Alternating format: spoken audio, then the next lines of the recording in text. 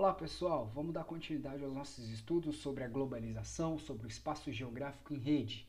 Na aula anterior nós trabalhamos que o processo de globalização se difunde sobretudo a partir dos anos 90, mas ele se beneficia com os avanços tecnológicos proporcionados à sociedade a partir da terceira revolução industrial que se desenha nos anos 70.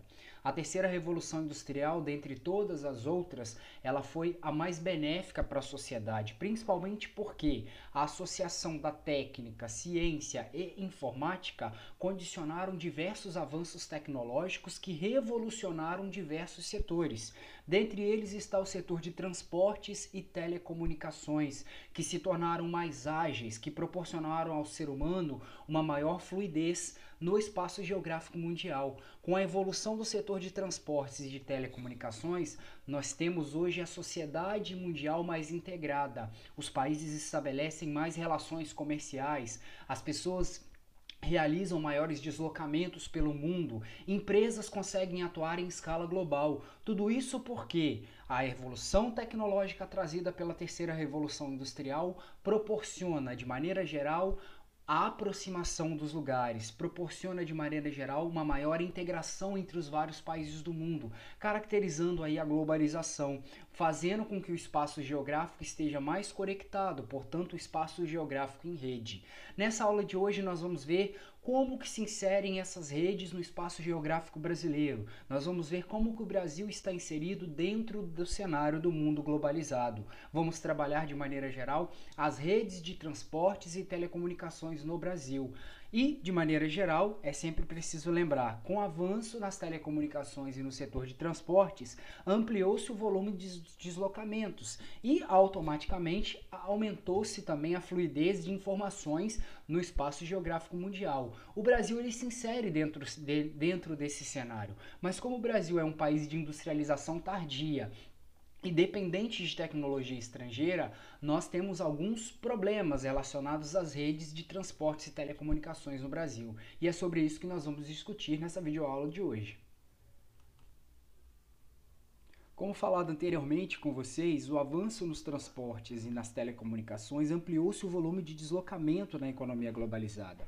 A distância geográfica ela deixou de ser um impedimento para as trocas comerciais em todo o planeta. Os fluxos de passageiros aumentaram-se consideravelmente nos últimos anos, tanto nas viagens de negócios como no turismo comercial. E o desenvolvimento da tecnologia no setor de transportes também possibilitou a comercialização de todo tipo de mercadoria. As empresas hoje elas conseguem atuar em escala global e elas conseguem, por meio de grandes navios cargueiros, grandes aviões, transportarem rapidamente de um continente para outro, por via aérea ou marítima, uma grande quantidade de produtos. Para atender toda essa demanda da economia globalizada, a infraestrutura de transporte e telecomunicações organiza-se num território na forma de redes. O que são as redes? As redes são estruturas que permitem o deslocamento de mercadorias, passageiros e também informações dentro do espaço geográfico. A gente vai ver nessa aula de hoje como se estabelecem essas redes aqui no Brasil, como que se estrutura a infraestrutura de transportes e telecomunicações no nosso país. Quando falamos de redes, nós estamos se referindo à infraestrutura de transportes e telecomunicações existentes no território que possibilitam a fluidez de mercadorias, pessoas, capitais e serviços de um lugar para o outro. Nós vivemos no espaço geográfico caracterizado pela globalização, em que ocorre uma maior integração entre os vários países do mundo. E essa integração se dá através dos fluxos que se movimentam por essas redes de transportes e telecomunicações. Todas essas redes são formadas pelos meios condutores de transporte e informação e, ao mesmo tempo, pelas vias de circulação, as quais a informação, o transporte, as pessoas realizam o seu fluxo, movimentam-se de um lugar para o outro. No que se refere às redes de comunicação, nós temos como exemplo de meios condutores que permitem a informação circular de um lugar para o outro no mundo, sobretudo os satélites e as fibras óticas, os cabos de fibra ótica, que permitem, por exemplo, dados de internet, a comunicação pela televisão, ocorrer de forma instantânea em tempo real. Esses são os chamados meios condutores, que estão associados aos meios de comunicação, como computadores, smartphones, telefones celulares de uma forma geral, telefone fixo. Do outro lado, nós temos os meios de transportes, que fluem através também das redes de transportes, formadas pelas vias de navegação marítima e fluvial, as chamadas hidrovias ou aquavias, as ferrovias, as rodovias, aerovias, além das redes de dutos, que são túneis por onde fluem produtos de maneira geral, como minérios, o petróleo, dentre outros. Como se estruturam essas redes no Brasil? Como que se insere o Brasil dentro da era do mundo globalizado? Para a gente poder entender essa lógica, a gente precisa entender que toda essa evolução tecnológica ela foi proporcionada a partir da industrialização ocorrida em diferentes países do mundo. O Brasil, por ser considerado um país de industrialização tardia e dependente de tecnologia estrangeira, de maneira geral, as inovações tecnológicas trazidas pela terceira revolução industrial, elas atingem o país de maneira atrasada se comparado aos países centrais, aos países mais desenvolvidos. As inovações tecnológicas, que abrangem a terceira revolução industrial, elas chegam ao Brasil, sobretudo a partir de investimentos estrangeiros, vindos a partir da entrada de multinacionais, sobretudo a partir da segunda metade do século XX. Foi apenas a partir daí, segunda metade do século XX, que o Brasil passou a se beneficiar dos fluxos que já se proliferaram no mundo. Foi somente a partir da segunda metade do século XX é que se instala no Brasil infraestruturas, de redes concisas, precisas na área de transporte e telecomunicações que permitem a maior fluidez, primeiro dentro do território brasileiro e depois fazendo com que o Brasil se insira no mundo globalizado. De maneira geral, a gente observa, por conta da industrialização tardia e da dependência de tecnologia estrangeira, o Brasil ele possui uma infraestrutura de rede ligada à economia mundial dependente de tecnologia estrangeira. Possuímos dependência tecnológica em relação aos países mais desenvolvidos e industrializados. Tudo isso porque tudo de mais novo, tudo de mais avançado tecnologicamente que veio para o Brasil, que nós temos no Brasil hoje, veio de fora. Nós não somos um país responsável pela produção de inovações tecnológicas dentro do contexto de transportes e telecomunicações. Nós temos a seguinte lógica nos dias atuais. Os países desenvolvidos com maior capacidade de investimento são os que investem na área de tecnologia, no setor de transportes e de telecomunicações. Portanto, são eles quem controlam e dominam o setor e vendem esse tipo de tecnologia a países subdesenvolvidos como o Brasil, que são atrasados tecnologicamente, não desenvolveram sua própria tecnologia nesse setor. A infraestrutura existente nesses países como o Brasil, ela é ausente ou pouco desenvolvida ou limitada a uma minoria de pessoas. Ela não, de maneira geral, ela não atinge toda a população, caracterizando aí a famosa exclusão digital. Para a gente observar isso, essa questão da dependência em relação à tecnologia estrangeira e do atraso em relação às tecnologias na área de telecomunicações, observem a chegada das telecomunicações no Brasil. As telecomunicações do Brasil estiveram sempre ligadas às inovações vindas das grandes companhias internacionais. Nós somos um país atrasado tecnologicamente em relação às inovações tecnológicas no setor de telecomunicações. E boa parte do que a gente tem hoje, no setor de telecomunicações é relacionado à tecnologia estrangeira. Observem aí o comparativo, da chegada de alguns meios de comunicação no mundo e a entrada deles no Brasil. Enquanto no mundo, o rádio, que é um dos meios de comunicação mais antigo, ele chegou no final do século XIX, no Brasil ele atinge o nosso país apenas em 1923. A TV a cores no mundo, 1950, enquanto no Brasil, 20 anos depois. E os celulares, comercializados no mundo a partir de 80, no Brasil nos anos 90 e popularizou-se apenas nos anos 2000, Observem bem que até 65 a comunicação dentro do Brasil com o mundo era feita pelo telégrafo, que é esse instrumento antigo aí que a gente observa na imagem, na ilustração. Notem, portanto, que nós não temos no Brasil, empresas líderes, pioneiras, empresas grandes responsáveis pelo setor de telecomunicações no Brasil. boa parte dos aparelhos e também dos serviços prestados dentro da área de telecomunicações no Brasil estão ligados a grupos estrangeiros. Tudo isso porque o nosso país é um país dependente de tecnologia estrangeira na área de telecomunicações.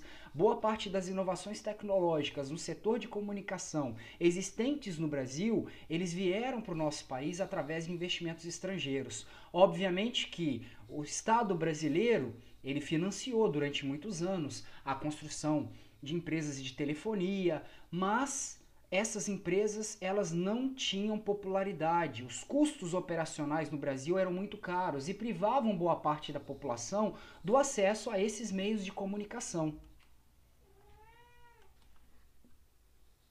É somente a partir dos anos 90, dentro do contexto das privatizações, que isto é, a venda de empresas brasileiras para grupos estrangeiros, é que houve uma modernização no setor de telecomunicações do Brasil. Como eu falei com vocês anteriormente, já haviam empresas de telecomunicações no Brasil, sobretudo na área de telefonia, e essas empresas eram administradas pelo Estado.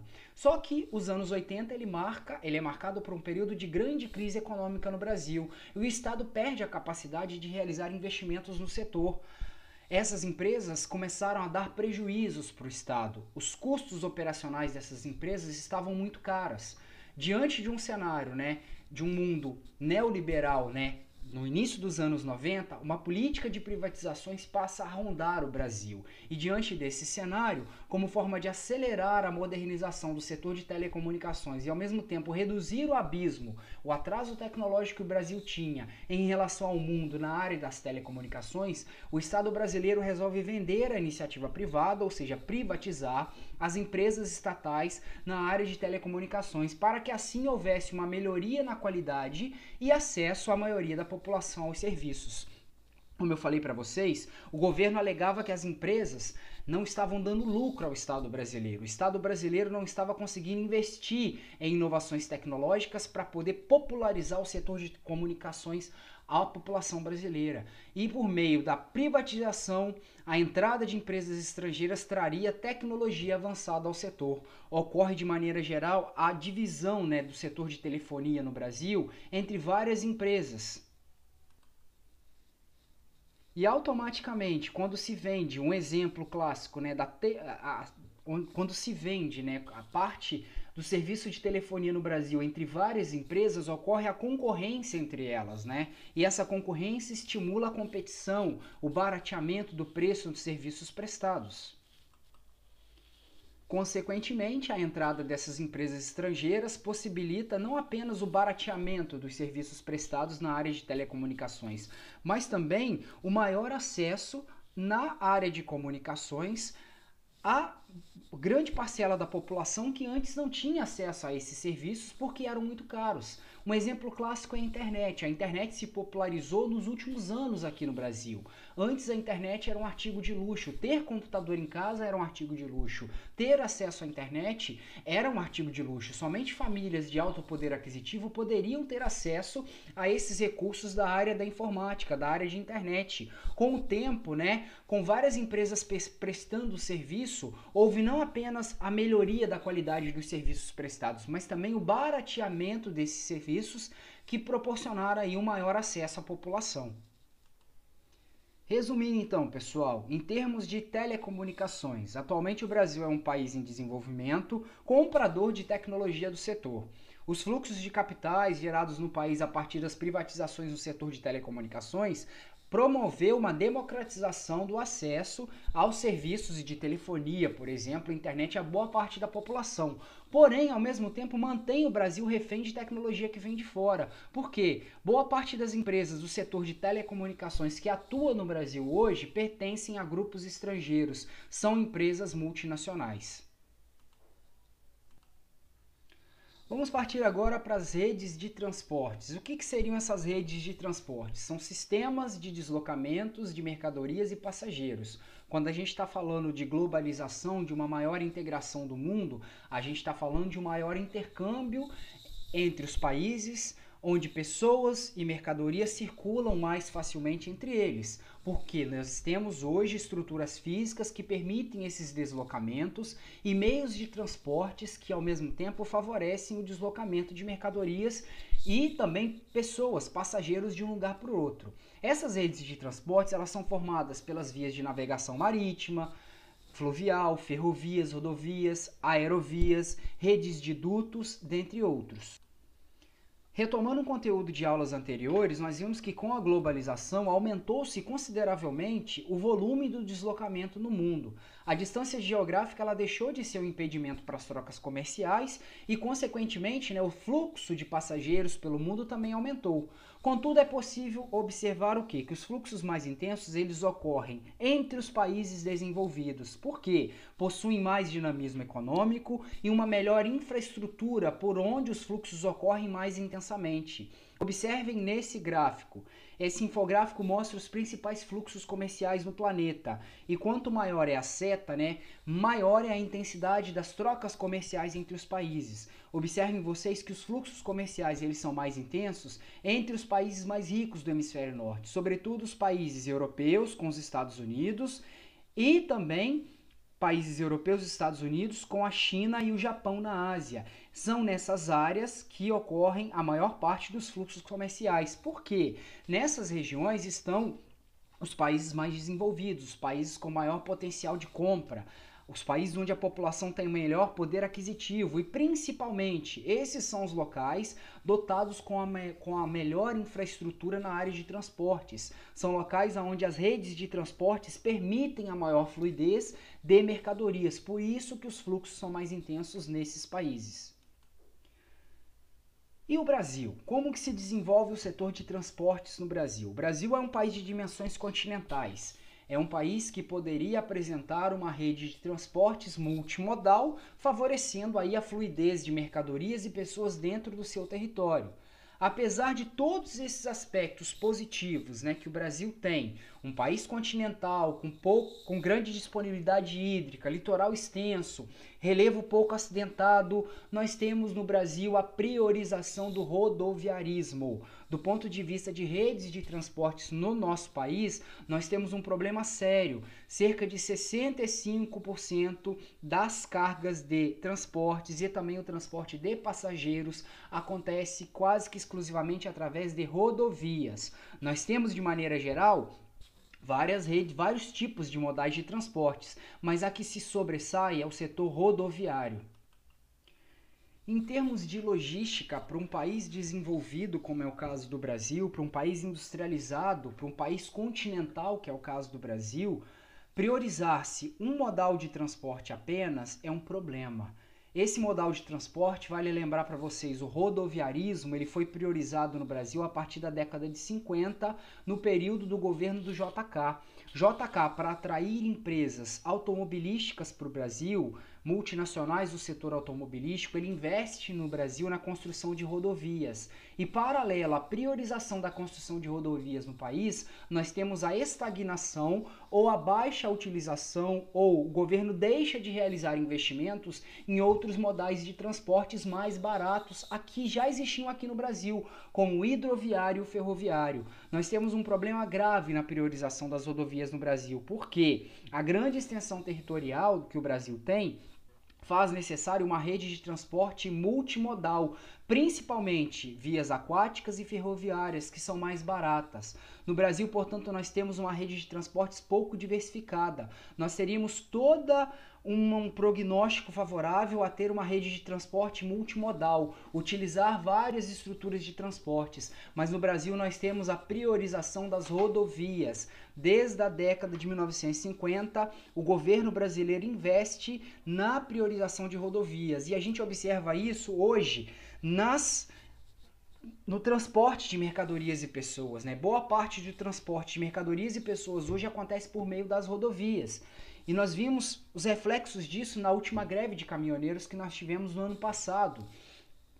Os caminhoneiros pararam, basicamente não foi apenas uma greve de uma categoria, mas também paralisou-se 60% da movimentação de pessoas e mercadorias no país.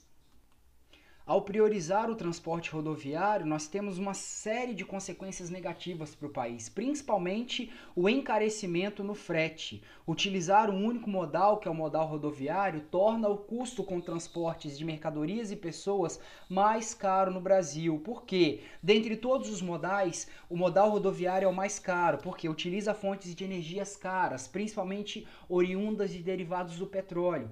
As estradas requerem um maior custo com manutenção e utilizando somente o sistema rodoviário, né, ou utilizando ele em grande parte, ele acaba ficando sobrecarregado. E aí observe um trecho de uma fala que eu trouxe para vocês. Um modal de transporte que pode ser 3 vezes mais caro do que o ferroviário, 9 vezes mais caro que o fluvial e consome 90% do diesel utilizado em transportes no Brasil. Seu desenvolvimento atrapalhou bastante o desenvolvimento de transportes ferroviários e hidroviários aqui no Brasil.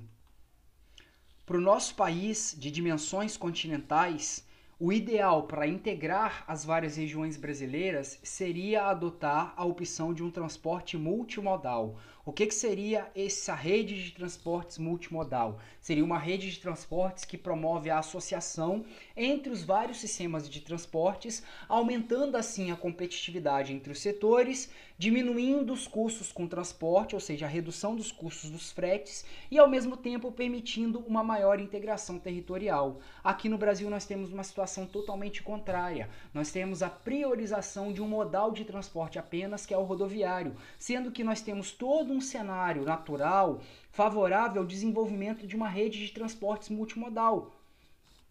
Nós temos no Brasil uma grande disponibilidade de rios, nós temos no Brasil poucos obstáculos naturais formados pelo relevo, favorecendo aí a construção de ferrovias e, ao contrário disso tudo, nós não aproveitamos essas condições naturais favoráveis e acabamos investindo no setor rodoviário. O setor rodoviário, ele não é de todo ruim para um país, mas ele é ideal para pequenas distâncias, principalmente porque ele permite o deslocamento de ponta a ponta sem precisar de realizar paradas, né? O produto ele chega ao seu destino sem a necessidade de várias transações de cargas e descargas. Porém, como a gente viu anteriormente, o transporte rodoviário para um país de grande extensão territorial como o Brasil, ele é desvantajoso. Ele é vantajoso apenas para pequenas distâncias. A desvantagem está relacionada aos altos custos com manutenção, as fontes de energias usadas pelos meios rodoviários apresentam um custo elevado, fora também que entra a questão ambiental, a emissão de poluentes para a atmosfera.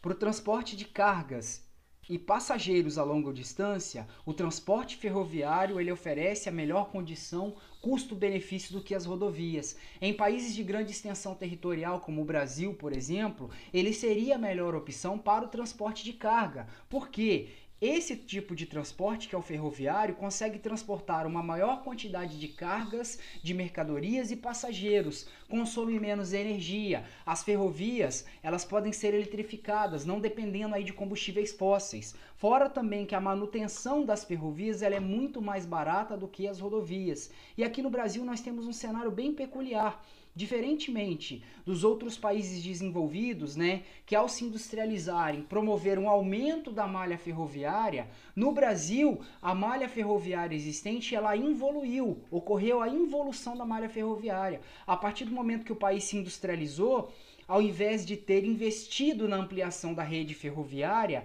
nós tivemos a diminuição das ferrovias no Brasil e a ampliação das rodovias. Olha só os dois primeiros mapas aqui em cima. 1975-2005, nós observamos o aumento da rede rodoviária. Em contrapartida, a rede ferroviária ela teve a sua diminuição. As ferrovias chegaram no Brasil durante o período da cafeicultura, né? Ela teve seu crescimento durante o ciclo do café. Os trens tinham a função de carregar o café das fazendas produtoras até os portos e traziam também imigrantes, trabalhadores, ferramentas e alimentos para as fazendas. E com o fim do ciclo do café, o início da industrialização no Brasil, o que aconteceu? A involução da malha ferroviária. Isso foi uma realidade totalmente diferente da maioria dos outros países que se industrializaram. Enquanto os países europeus, os Estados Unidos, as ferrovias cresceram, né, para ampliar a capacidade de carga dos países, aqui no Brasil houve a involução da malha ferroviária. O governo resolveu priorizar um transporte mais caro, que foi o rodoviário, e a malha ferroviária no Brasil ela diminuiu, ela praticamente deixou de receber investimentos por parte do governo. A grande disponibilidade hídrica, ou seja, um grande número de rios presentes no Brasil e o extenso litoral, também é uma situação que favorece o desenvolvimento de outros modais de transportes no Brasil, os modais hidroviários ou aquaviários, hidrovias e também a navegação marítima. Porém, é outro setor que recebe poucos investimentos por parte do governo. De maneira geral, pessoal, esses setores, eles são pouco utilizados no Brasil. Novamente eu repito, países com grande extensão territorial e industrializados como Rússia, Canadá, China e Estados Unidos utilizam de forma prioritária os transportes ferroviários e aquaviários, diversamente do que ocorre no Brasil, onde as rodovias, apesar da precária manutenção, da baixa densidade de pavimentação e apesar de serem mais caras, elas lideram o transporte de cargas, tanto de passageiros como de pessoas aqui no nosso país. Esse mapa destaca a rede de transportes multimodal no Brasil. Nós temos no país rodovias, ferrovias, hidrovias, portos e aeroportos. Mas o que se sobressai na malha de transportes brasileira? As rodovias, ok? Nós falamos, para as distâncias menores, a rodovia é o meio de transporte mais adequado. Apesar do maior custo, de comportar menos capacidade de carga, o transporte rodoviário ele apresenta a vantagem de realizar o deslocamento de ponta a ponta. A mercadoria ela pode ser retirada no local onde é produzida e pode ser levada até o ponto de venda. Dessa forma, o produto chega a seu destino final sem a necessidade de várias operações de carga e descarga. Porém, para distâncias maiores, para países de grande extensão territorial, o transporte rodoviário ele não é o mais adequado, ok? Ele pode auxiliar os demais, mas o ideal é a conexão entre os vários modais de transportes e principalmente no que se refere ao transporte de cargas para longas distâncias de passageiros e pessoas, o ideal é você optar pelo transporte ferroviário e também pelas redes de transportes hídricas, ou seja, hidrovias e também a questão dos portos. Como citamos anteriormente, comparada à rodovia, a ferrovia é o melhor meio de transporte para países de grande extensão territorial como o Brasil. Ela tem maior capacidade para transportar cargas e passageiros, consome menos energia que o caminhão em relação ao volume de carga transportado e pode ser eletrificada, não dependendo, portanto, de derivados do petróleo. Apesar dessas vantagens, a extensão da linha ferroviária brasileira comparada a malha ferroviária de outros países é muito pequena e como nós mostramos anteriormente para vocês, aqui no Brasil houve a involução da malha ferroviária, ou seja, com o tempo, houve a diminuição de investimentos no setor ferroviário no Brasil e, ao mesmo tempo, houve a evolução da rede rodoviária. O governo priorizou no Brasil o rodoviarismo a partir do momento que nós nos tornamos um país industrializado. O transporte marítimo e hidroviário poderia ser outro utilizado no Brasil para diminuir um pouco a dependência com as rodovias e também reduzir os gastos com frete no Brasil. E nós temos condições naturais favoráveis à utilização dessas redes de transporte no Brasil. São mais de 7 mil quilômetros de litoral e uma extensa rede hídrica. Porém, é preciso lembrar que, apesar das condições naturais favoráveis e o baixo custo de transporte hidroviário no Brasil, a navegação, por exemplo, em rios, ela responde por apenas 13% da carga transportada no Brasil. E a mesma coisa acontece em relação ao transporte marítimo, em relação ao transporte nos rios. Apesar da grande quantidade de rios, a maioria é impróprio para navegação. É necessário, por exemplo, investimento em eclusas, que são esses elevadores que são construídos aí para superar os desníveis no terreno. Aqui nós temos destacado para vocês as principais hidrovias do país. Reparem bem que as principais hidrovias, elas estão localizadas sobretudo aqui na região norte, onde o relevo é mais plano, portanto, onde os rios são mais favoráveis à navegação. Nas áreas onde a circulação de mercadorias e pessoas é maior, sobretudo na região sudeste, no sul, no nordeste, boa parte dos rios não apresenta potencial para navegação. São rios de planalto, são rios que correm em áreas de declive. Para a implantação de rodovias nessas regiões, são necessários altos custos, como investimento nas eclusas, que são esses elevadores que eu já mostrei para vocês, que servem aí para superar os desníveis dos terrenos. Os portos no Brasil são imensos. Apesar do imenso litoral brasileiro, né, a navegação marítima no Brasil também ela é fraca, ela é pouco utilizada. Há vários portos instalados no Brasil, né, sobretudo utilizados para navegação marítima de cabotagem, para importação e exportação. Só que esses portos, em geral, eles apresentam problemas relacionados à baixa utilização de contêineres, à pequena profundidade das águas, o que dificulta a atracagem de navios de grande porte. Com exceção do Porto de Santos, a grande maioria dos portos brasileiros apresenta baixa calagem, não permitem a entrada de navios de grande porte. Os portos que trabalham com baixa profundidade em relação à média internacional, há atrasos no atendimento dos navios, né? E, de maneira geral, isso atrapalha a inserção aí do Brasil no mundo globalizado, tanto no que se refere à exportação de mercadorias, como receber mercadorias vindas de fora. Podemos concluir, então, dentro dessa lógica que a gente acabou de ver, que a inserção do Brasil no mundo globalizado se deu, sobretudo, a partir de investimentos estrangeiros, tecnologias vindas de fora. Tanto as redes de transportes, tanto as redes de telecomunicações, elas vieram para o Brasil, elas se estruturaram a partir da nossa industrialização, mas, de maneira geral, nós somos dependentes de tecnologia estrangeira. Nossa rede de comunicação, ela depende de empresas estrangeiras, e as nossas redes de transportes, elas são mal estruturadas. O Brasil, com a sua grande extensão territorial, ele necessitaria de uma rede de transportes intermodal. E nós temos uma situação contraditória. A priorização do transporte rodoviário em detrimento dos outros segmentos que pertencem às redes de transportes. Então, o Brasil está inserido dentro do mundo globalizado, ocorrem, de maneira geral, fluxos de capitais, pessoas, mercadorias e serviços no nosso país. Só que a dependência em relação a empresas estrangeiras e, sobretudo, uma rede de transportes pautada, sobretudo, nas rodovias, atrapalha a maior fluidez dentro do território brasileiro e, automaticamente, a integração do Brasil com o cenário globalizado mundial. Beleza, pessoal? Até a próxima aula.